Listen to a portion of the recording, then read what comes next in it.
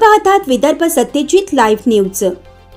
आमचे मुख्य संपादक उद्धव फंगाळ यांनी दिलेल्या माहितीनुसार देऊळगाव राजा तालुक्यातील शिवणी आरमाळ येथील शेतकरी कैलास नांगरे यांनी शेतकऱ्यांसंबंधित विविध मागण्यांचे निवेदन संबंधित अधिकाऱ्यांकडे दिले आहे। यामध्ये शेतजमीन लघु प्रकल्प तलाव यासह इतरही मागणी आहेत।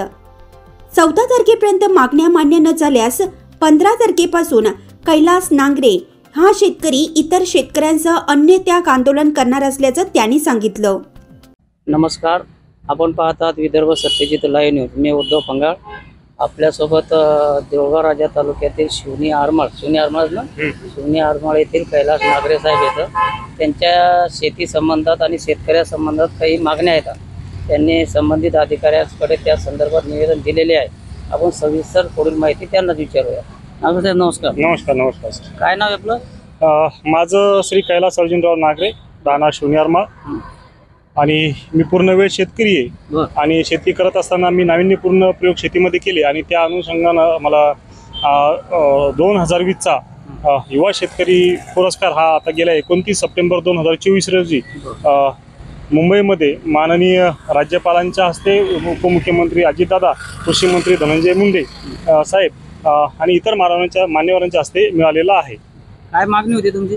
माझी प्रामुख्याने मागणी अशी आहे की मी शेती करत असताना विविध नाविन्य प्रयोग आजपर्यंत शेतीमध्ये केले, परंतु गेल्या वर्षापासून आमच्या भागामध्ये हा आमचा भाग दुष्काळ सदृश्य झालेला आहे। त्याच्यामुळे शेतीमधलं उत्पन्न घटलंय आणि जे काय आम्ही शेतीमध्ये प्रयोग करतोय ते प्रयोग आम्हाला करता येत नाही। त्याच्यामुळे हा नवीन तरुण शेतकरी जो शेतीपासून दूर चाललाय, म्हणून शेती करण्यासाठी सर्वात महत्त्वाचं जे पाणी, वीज आणि शेतमालाला रास्त भाव ह्या 3 माझ्या मुख्य मागण्या आहेत। त्यापैकी मी शासनाला माननीय तहसीलदार साहेबांमार्फत जिल्हाधिकारी यांना प्रति करून शासनाकडे आता अशी मागणी केलेली आहे की माझी पहिली मागणी अशी आहे की श्री गणेश, जसं आपण एखाद्या कामाचा शुभारंभ करतो त्या अनुषंगानं शुभारंभ करत मी पहिली मागणी अशी केली की आमच्या शिवणी आरमाळच्या लघु प्रकल्पाचं नामकरण हे आमच्या गावचे आराध्यदैवत श्री आनंद स्वामी महाराज यांच्या नावावरून श्री आनंद स्वामी लघु प्रकल्प असं करण्यात यावं।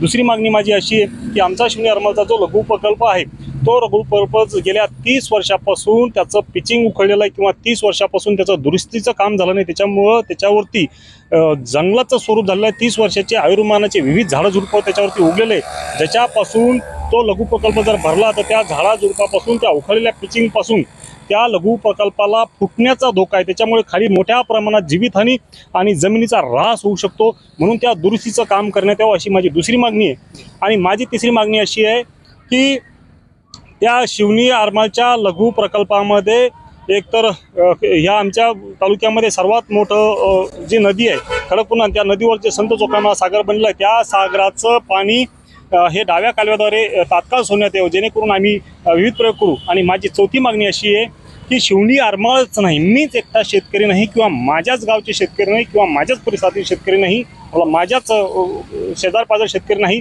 तर माझ्या परिसरात जे अंधेरा असेल, अंधेराचा लघु प्रकल्प असेल किंवा गुंजाळ्याचा असोल्याचा जो लघु प्रकल्प असेल किंवा मेंढगावचा जो लघु प्रकल्प असेल किंवा आमचा शिवणी आरमाळचा जो लघु प्रकल्प असेल, या सर्व लघु प्रकल्पामध्ये एकतर अरबी समुद्राचं पाणी आणून सोडा किंवा नदीजोड प्रकल्प जो आहे त्या नदीजोड प्रकल्प करून हे प्रकल्प कायमस्वरूपी तुडुंब भरण्यात यावे किंवा टँकर नका होईना आपण ह्या लघु प्रकल्पांना पूर्ण भरून टाका, जेणेकरून या भागातील जे 15-20 खेडे आहेत त्या खेड्यांना बारमाही सिंचन होईल, पाणी येईल, त्या भागात हरित क्रांती येईल। आणि जो शेतकरी आज गाव खेडे करून चालला किंवा जो शेतकरी आज शेतीकडे पाहण्याचा त्याचा दृष्टिकोन हा निराशाजनक आहे, तो शेतकरी आशावाद होईल, तो नवीन शेतीमध्ये प्रयोग करेल आणि पुन्हा खेड्यातले लोक खेड्यात राहतील, ते शहराकडे त्यांचं स्थलांतर होणार नाही, आपले खेडे जगतील आणि खेडेसुद्धा सुख समृद्ध शहरासारखे होतील, ही विनंती मी शासनाला केलेली आहे। बरं, तुम्ही जे निवेदन दिलं आहे समजा तहसीलदार साहेबांकडे, हो, तर मागण्या पूर्ण नाही झाल्या तर तुम्ही काय भूमिका घेणार पुढची? हां, तर मी शासनाला 2 डिसेंबर मी पहिलं माझं निवेदन दिलेलं आहे। आताच सांगा। हां, बरं ठीक आहे। मी पहिलं जे निवेदन दिलं ते 10 ऑक्टोबर 2024 रोजी दिलं, पण मध्ये आचारसंहिता लागल्यामुळं मला ते तुर्तास निवेदन जरी माझं कायम असलं, पण जो अन्नत्याग आमरण उपोषणाचा मी इशारा दिला होता, तो अन्नत्याग आमरण उपोषणाचा इशारा मला मागे घ्यावा लागला।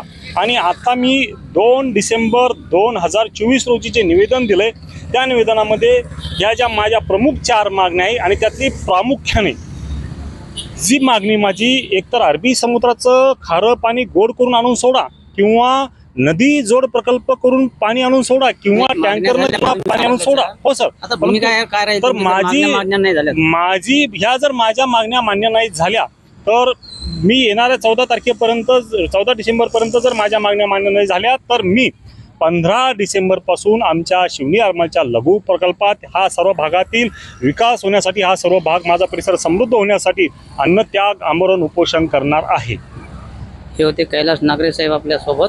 त्यांनी शेतकऱ्यासंबंधी त्यांच्या शिवणी आरमाळ परिसरातील व इतर शेतकऱ्यासंबंधी वेगवेगळ्या मागण्या करून तहसीलदार साहेब यांच्याकडे निवेदन दिलेले आहे.